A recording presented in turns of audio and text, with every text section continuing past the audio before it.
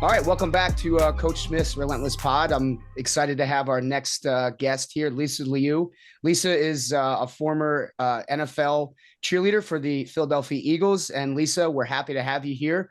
We met last year through a mutual friend of ours, Evan Agatston. So it's great to have you on. Thanks for being here. Lisa, would love to start with a sort of background question that I think a lot of people, especially our students, in class would love to know. How do you get to the point where you're an NFL cheerleader? Could you start with that for us?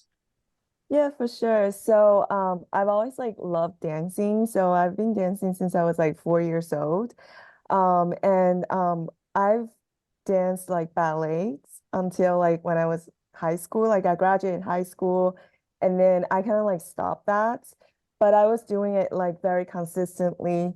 And then after I went to college, I was like, oh, I still want to do it as more like a side job, like more professionally.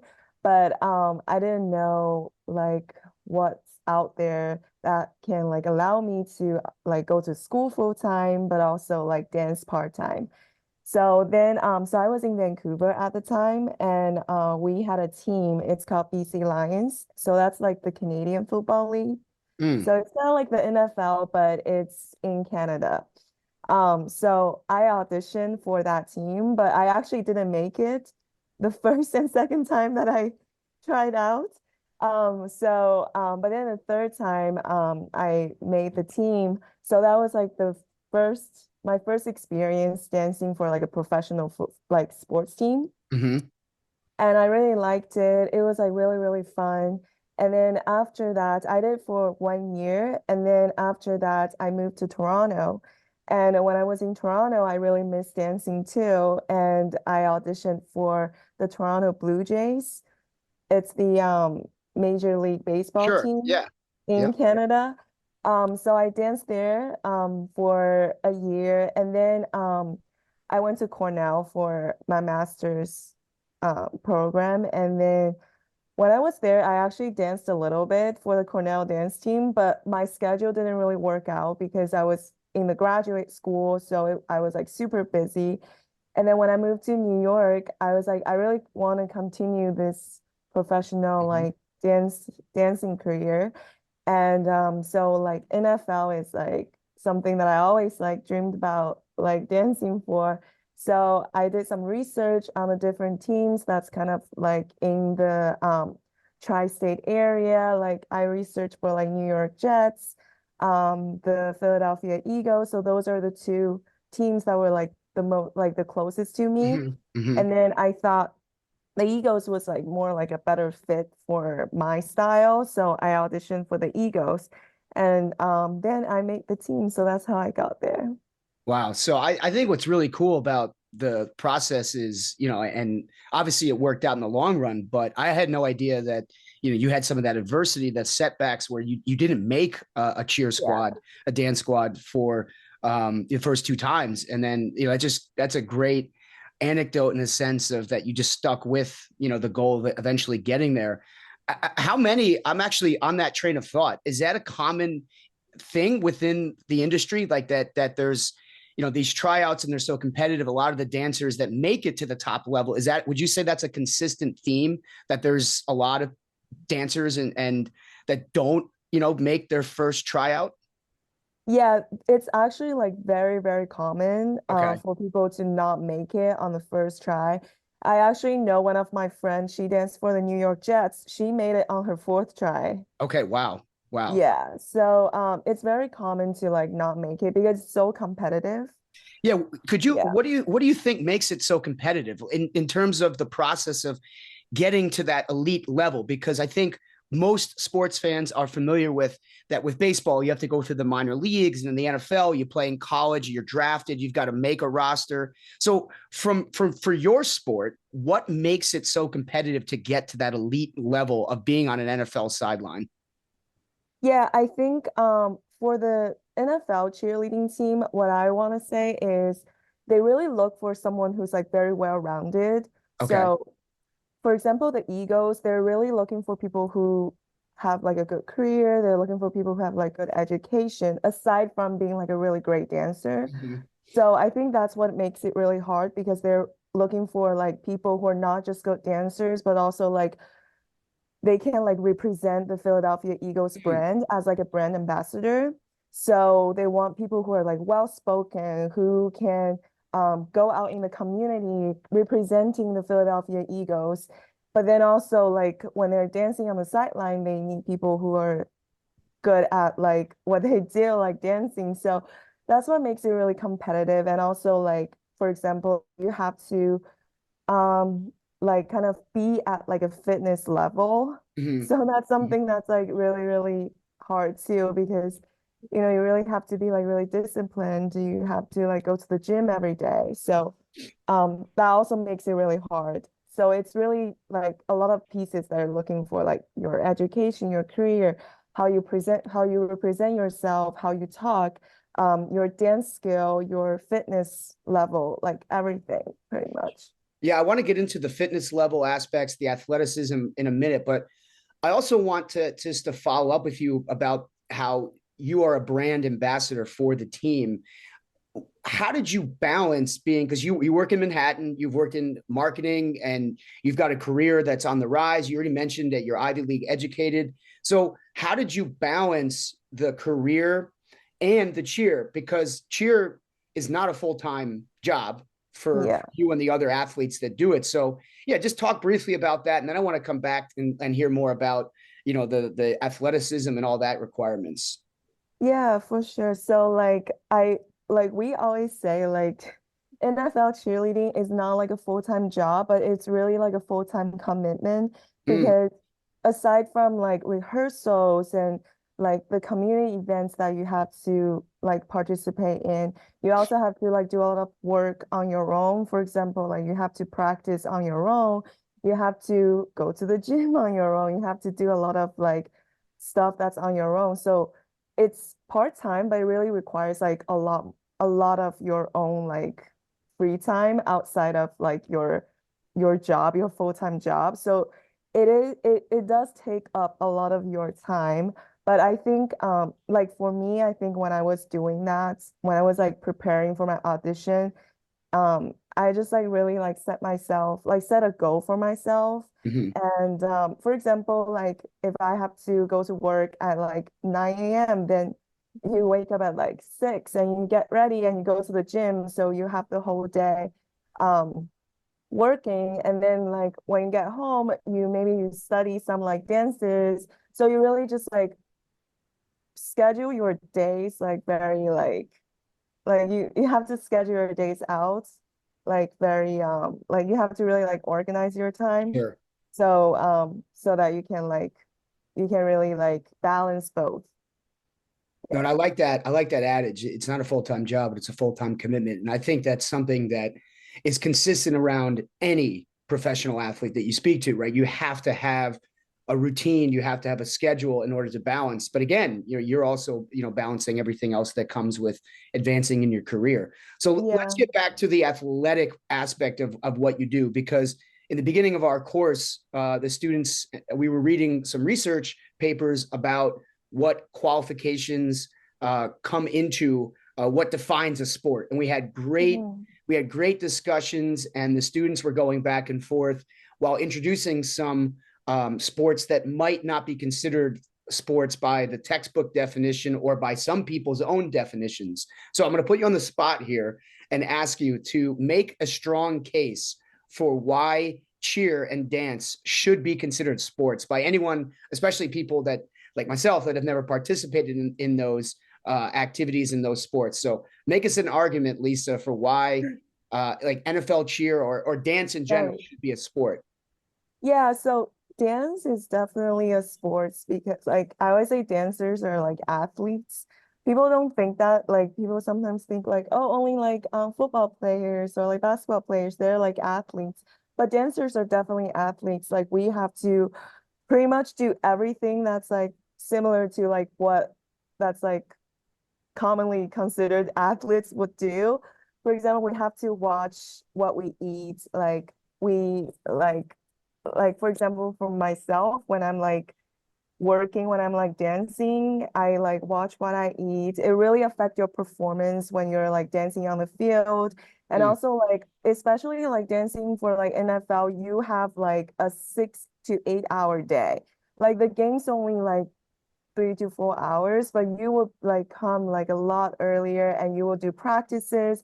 You're like running out and off the field like all the time. So that requires like a lot of like cardio. And like when you're dancing, it's also like a lot of cardio. So if you don't go to the gym like every day, like on like a normal basis, so on a game day, then you won't be able to like make it. So it definitely like requires a lot of like athleticism and also like dancing, like we do a lot of like tricks and stuff. For example, like, like especially in like competitive cheerleading, you do a lot of like tricks, you do like flips, you do like a lot of like cartwheels and things like that. Those are like really, really like requires a lot of like, like athleticism in you to like do. So definitely dancing is like a sports. I appreciate that perspective because that was one of those sports where some of our students were going back and forth. And it's interesting how the ones that know friends that have done dance and cheer, or maybe have sisters or friends that are actively pursuing it at the high school level, right? I think it's easy to lose some focus on just how much training involved and the sheer athleticism that is required to perform those. And on top of that, right, you're just like the athletes, you're performing in front of an audience, you're performing in front of crowds. So you have also that sort of performance pressure on you, knowing that you have Yeah. large audiences watching. With NFL cheerleaders, Lisa, do you travel on the road or would you only perform at home games in Philadelphia? So for the regular season, we only do the home games, but for Okay, example, if we make it to the Super Bowl, then we will travel with the team. I see. Okay. Yeah. All right. And so Mhm. you did, how many seasons were you with Philadelphia? I did one season. Okay. So you had Yeah. one season under your belt. Did you Mhm. guys get to go to the playoffs in that year when you were there? We didn't. Okay. Yeah. So But you missed the Super Bowl championship then. So yeah. that was before you arrived with the team. So can you share before, because one of the segments we're going to do coming up is student questions. I had the students write some questions out, and so I'm going to draw upon a few of those for inspiration. But one question I would like to use as a segue to that segment, what's your favorite, or maybe a couple favorite memories you have from your time as an NFL cheerleader? I think what I really loved during my time was so the Eagles has like a foundation. It's called the Eagles Autism Foundation. So we had like a day where we basically like performed for like the fans and for people who like donated to the Eagles Autism Foundation. So I Mhm. think that's like a really great thing that the Eagles did, like they're like still doing for the community. And it was like really cool to meet a lot of like the autistic kids. And we were able to like talk to them, and it was like really nice to see like how they look up to like the cheerleaders.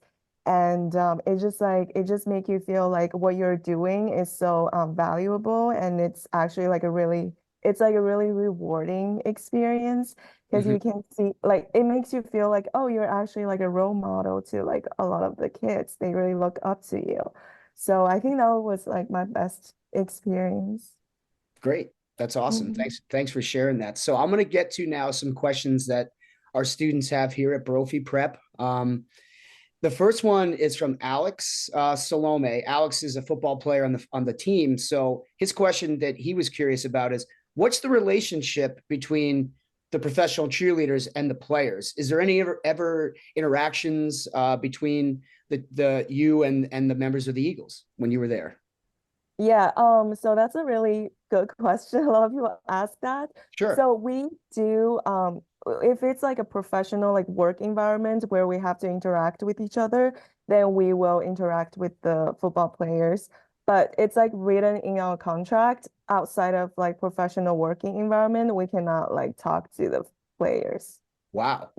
So Yeah. that's written into when you signed with the Eagles, you Hmm. had to go through and okay. All right. I Yeah. don't know if many people realize that. So Yeah. a little bit of a follow-up question to that would be um what are the consequences? Like if people were caught, breaking that, would that just be an expulsion from the team or like how does that I'm sure there's maybe been some moments where this has happened. Yeah. So Yeah. yeah, what would be the consequences for that?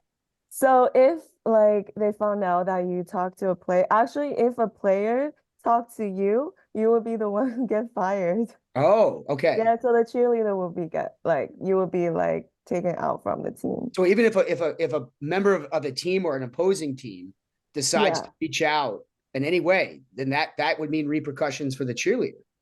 Oh no, not the opposing team. If it's like on a different team, then it doesn't Okay. matter. It's just like within your own team. Wow. So within house, that none of Hmm. that's strictly forbidden. Interesting. Yeah. Okay. Hmm. So Alex, that was a good question by Alex then, because and I think that's a natural, sort of supposition that some people might have, right? That there is close contact because you're both athletes, right? You're both around each other a lot in the field, but wow, that is something pretty interesting to learn. Um, all right, so I'm going to go to another student's question. That was a good one from Alex. This one comes from Matt. Matt is a baseball player at Brophy, and Matt wants to know what were some of the challenges that go into learning the choreography of all the dances and all the routines that you guys are instructed to learn during the course of the season. Yeah, so we have to learn like so many different routines during a season. So what we do is we will usually like record all the dances that we did for like that day. And then like I mentioned before, we would like practice on our Mhm. own and then like that's like kind of like the way to like remember all the choreography and everything. And then we always have like on-field rehearsals too before the game. Okay. So that's also like a way for us to really see how it looks on the field, like how the formation looks and things like that. And we'll do like last minute changes on the field. So that's kind of the challenges is really like for example, like we're dancing in such like a small studio, but then on the football field it's like so Mm. big. So sometimes like it's like hard to like picture how it's gonna look on the Wow. field and like the formation, like how it's gonna look differently. So, but then we always have like on-field rehearsals before the Okay. actual game. So that makes it like a little bit easier. Interesting. Did not think about that as being one of the biggest challenges. You mentioned visualization. I think that's another Yeah. skill that a lot of athletes utilize to help them perform at the highest levels. But most baseball players, most football players, you're on the fields that where you're going to compete, right? You're taking batting practice, or you're going through a pregame workout, or even your practice facilities, and they mirror the specifications of the fields.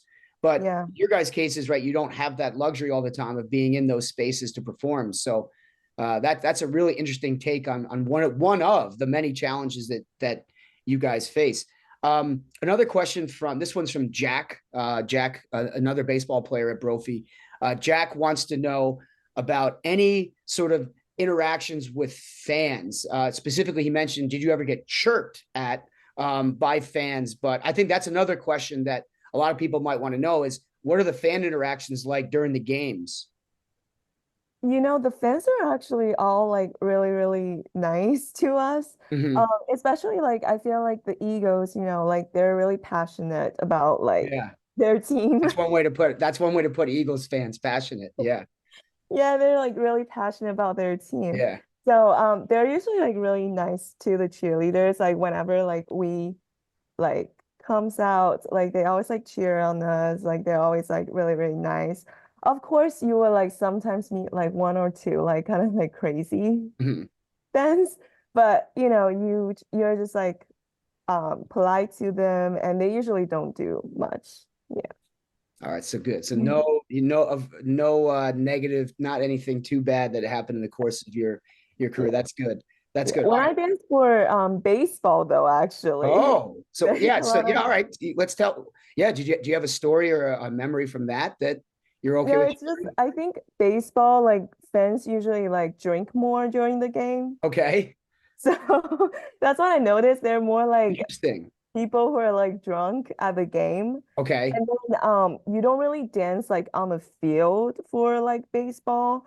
You only do that, I think, during the I don't remember that what that was. Was it the seventh inning? Seventh inning stretch. Yeah, yeah, Yeah. I think it's that. Maybe it's that where we have to dance on this like platform and it's like among the fence. And then the fans are like all like really drunk by then. And then like they would always like, sometimes they will like dance with us, but they will just like kind of like yeah, it's So your fan interactions were more negative, you would feel, in baseball than they were in football. not like negative, but they're more like Sure. rowdy. Got it. Yeah. Yeah. These Toronto Blue Jays fans, man, get a little rowdy, I guess, going during the Yeah. game. Well, it's interesting because you don't really like baseball is a sport where traditionally, and not even every team in baseball has a dance team or a cheer squad. Like I think that's something that teams are adopting, Mm, more so now. It's becoming more common that teams have performances during the games, but traditionally, I think with most American sports, you associate cheer with basketball, football, especially. yeah. So, I don't know, man. Now we know those Toronto fans. Come to the seventh inning stretch, they're a little bit lubed up, I guess. Yeah. Here's a good one from one of our guys, Kellen. Kellen wants to know about how your experience as an NFL cheerleader, now that you're out of the industry, right? You're working full time again in Manhattan. So what parallels have, or what lessons that you learned from cheer have sort of helped with your parallel progression in your career?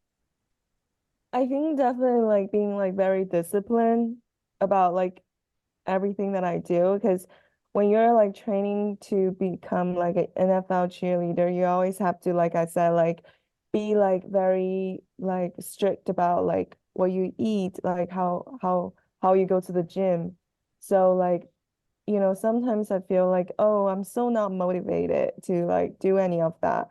But I think, because the experience of like going through the whole like making the team to like making like an NFL team, it kind of made me like more disciplined in like doing these things. And also like at work too, like sometimes oh, I feel so lazy, but like because like the NFL experience, it makes me like more disciplined in like achieving like a goal or like, doing like just like every day, like doing like going to the gym and things like that. No, that's great to hear because for our guys, the class is all seniors, and I'm sure if anyone else listening, I think a lot of us we fantasize about professional sports and we wonder what is it like, to get there. But so much focus tends to be on for athletes making teams and getting into the profession. But with cheer, right, and Mhm. like with football, the lifespan of your career is relatively short, right? You can't perform forever, and so for a lot of people, right, that transition out of professional sports into professional life, everybody sort of takes different lessons from their respective careers and tries to apply them back into Yeah. their working careers. So it's great to hear that as you're moving your way up in your career in Manhattan, no longer with our good friend Evan. So you're no longer working side by side, Evan. But Yeah. as you're advancing in your career in Manhattan, that's just something that nobody can ever take away. Right? You can always say you had that 1 year of NFL cheer experience, and that becomes something that's part of your story. Lisa, Yeah. it was a pleasure having you on. I know that the audience and the students listening hopefully gained a lot of insight into what it takes to get to that elite level within the profession, and you sharing some of the stories with us about how you got there, and I think there's something that these guys and our listeners will take away from this. So Yeah. I we think sure.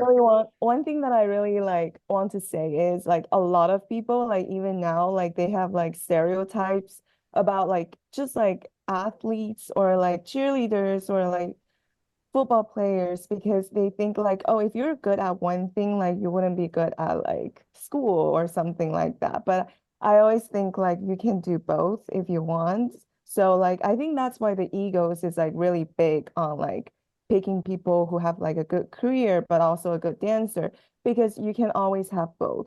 It's not like, oh, if you're a good dancer, then you have to be not good at like academic stuff. So Mhm. you can always like have both. Yeah. No, I appreciate you sharing that, because Hmm. as our students are figuring out, their next steps, right? Seniors are going off. Some of them will play sports in college. Some of them are going to concentrate on their academics. Some will concentrate on other pursuits as well. Maybe they go in the Hmm. military. So I think your story and your journey are excellent reminders and almost like a microcosm of how important it is to maintain a sense of balance, well-roundedness. And again, nobody can ever take away from you the fact that you earned, that title of being an NFL cheerleader. So that's something that stays with you for life. And you as we learned today, you came through some adversity in that profession to get to that top level. And now it's a part of your background. It's a part of your journey that's pushing you forward in your career and whatever else you do. So Lisa, again, this was such a pleasure. I know it took us a while to get this thing Yeah. going, but we're so lucky to have your perspective and for you to give up your time for our class and for our listeners. So thanks again, Lisa. I appreciate you being on. Thank you. Thank you for having me.